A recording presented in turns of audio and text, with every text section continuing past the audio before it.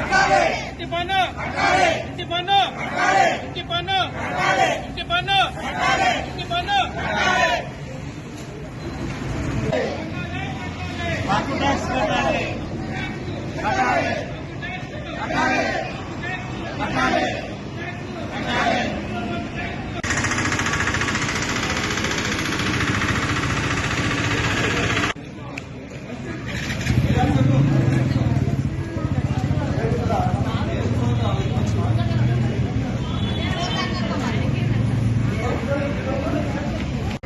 మూడైనా sir కడతలేరట 2,46,000 అయిందంట.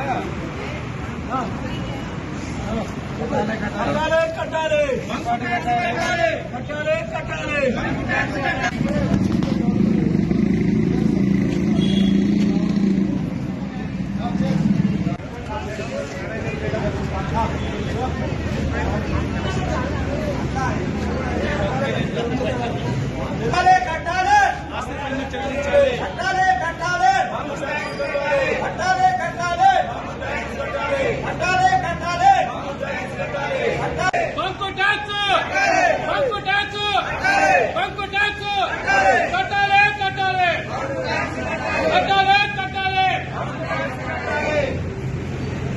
పాలక సంఘం అండి, మహమ్మద్ అబ్దుల్ రషీద్ గారిది పెట్రోల్ బంక్. దీనికి సంబంధించి 3 సంవత్సరాల నుంచి ఇంటి పన్ను అనేది పెండింగ్ ఉంటా ఉన్నది.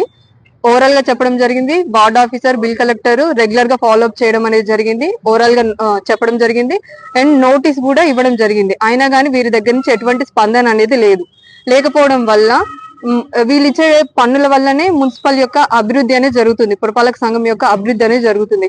అభివృద్ధి పనులన్నీ కుంటుపడిపోవడానికి కారణం పన్ను సరిగ్గా చెల్లించకపోవడం.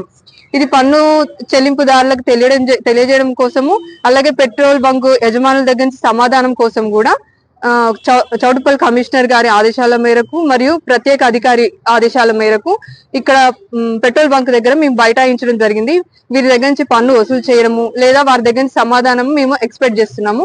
వారి దగ్గర నుంచి స్పందన వచ్చేంత వరకు మేము ఇక్కడ బైఠాయించి మా యొక్క నిరసనని పన్ను చెల్లించవలసిందిగా మేము వారిని అభ్యర్థిస్తా ఉన్నాము. పన్ను వచ్చేసి 2,75,000 చిల్లర ఉందండి. 7,544. అంటే మేము నోటీస్ ఇచ్చాము, మీరు ఇప్పుడే నోటీస్ ఇచ్చేసి మమ్మల్ని టైట్ ఎలా చేస్తారు అని అడుగుతా ఉన్నారు. కానీ మేము జనవరి నుంచి వాళ్ళని ఫాలోఅప్ చేస్తానే ఉన్నాం, రెగ్యులర్ గా మేము అడుగుతానే ఉన్నాం. కానీ ఎటువంటి స్పందన అనేది అయితే మేము ఆయన దగ్గర నుంచి చూడలేదు.